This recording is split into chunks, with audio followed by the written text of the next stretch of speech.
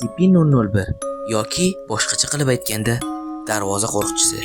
Demak, bizning kanalimizga xush kelibsiz. Siz qo'rquv olamidasiz. Biz boshladik.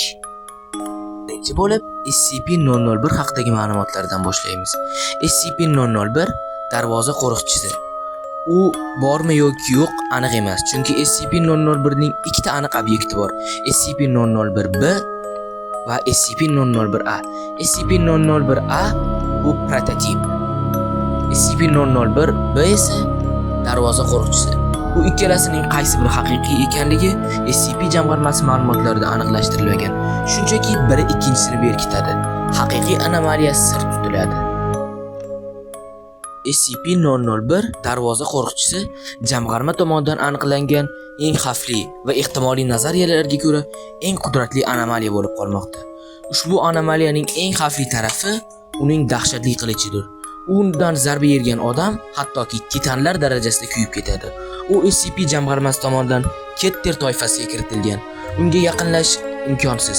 20 km radiusdagi barcha hujumlar muvaffaqiyatsiz kechgan. Unga qilingan hujumlarning natijalari va ba'zilari to'laqonli yo'q qilinadi. SCP-001 ga hujum qilingan har qanday obyekt joyi va vaqtiga qarab turli holatlarda yo'q bo'ladi.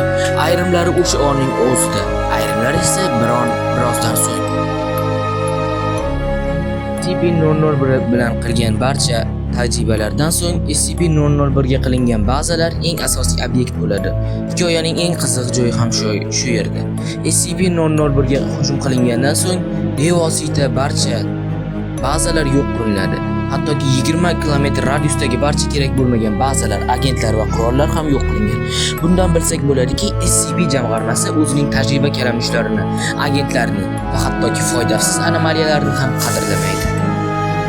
Bu esa SCP jamg'armasi anomaliyalarning qanchalik qadrlamasligini va ularni yanada razilroq va yomonroq qilib ko'rsatishini aniqlaydi. Bu hattoki xato ma'lumotlar ham bo'lishi mumkin. SCP-001 butunlay mavjud bo'lmasligi ham mumkin, lekin jamg'arma arxivlarida baribir bu ma'lumotlar sir tutiladi.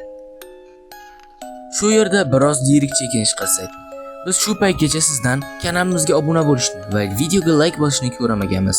Ammo oxirgi paytlarda kanal prosmotrlari tushib bormoqda. Bu albatta o'zimizning aybimiz tufayli YouTube'ga Amerikan yo'nalishga o'tkazganimiz. Lekin biz bu muammoni ehtimol yaqin orada tiklaymiz. Xudo xohlasa deb umid qilib turibmiz. Iltimos sizdan shu videoga like bosing va do'stlaringizga jo'natib qo'ying. Aytgancha 341 obunachi uchun butun jamoamiz nomidan sizga minnatdorchilik bildiramiz. Biz bilan bo'lganingiz uchun rahmat.